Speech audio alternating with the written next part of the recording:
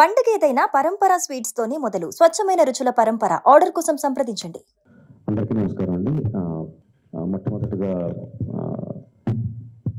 సజ్జనార్ గారికి, అంతకుముందు సిబి ఆనంద్ గారికి, entire police department of Hyderabad and తెలంగాణకి మనస్ఫూర్తిగా ధన్యవాదాలు తెలియజేసుకుంటున్నాను అండి. ఇది సినిమాలో సూపర్ హిట్ సీన్లా ఉందండి. విలన్ ఛాలెంజ్ చేస్తే హీరోలు వితిన్ 2 months తీసుకెళ్ళి కక్కటాల వెనకాల వేయడం అన్నది బస్ మాస్టర్ హస్తం లాగా తనే చేయబెట్టుకున్నాడు.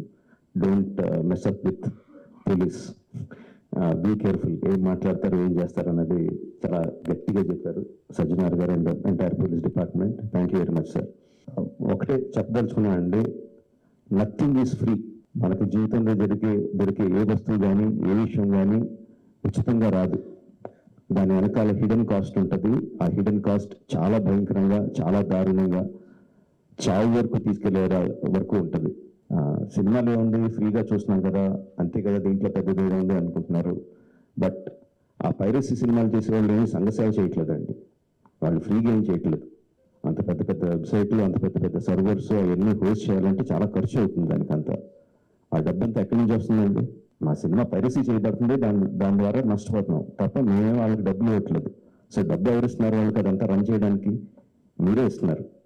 మీ పర్సనల్ డేటా అమ్మడం ద్వారా ఇస్తున్నారు.